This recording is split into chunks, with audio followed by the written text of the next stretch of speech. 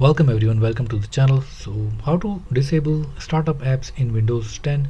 So today we have Windows 10, tomorrow definitely we're getting Windows 11, but right now we have Windows 10, and I'm gonna show you how to disable Windows startup apps in this PC. So get into the settings. In the settings you will find apps.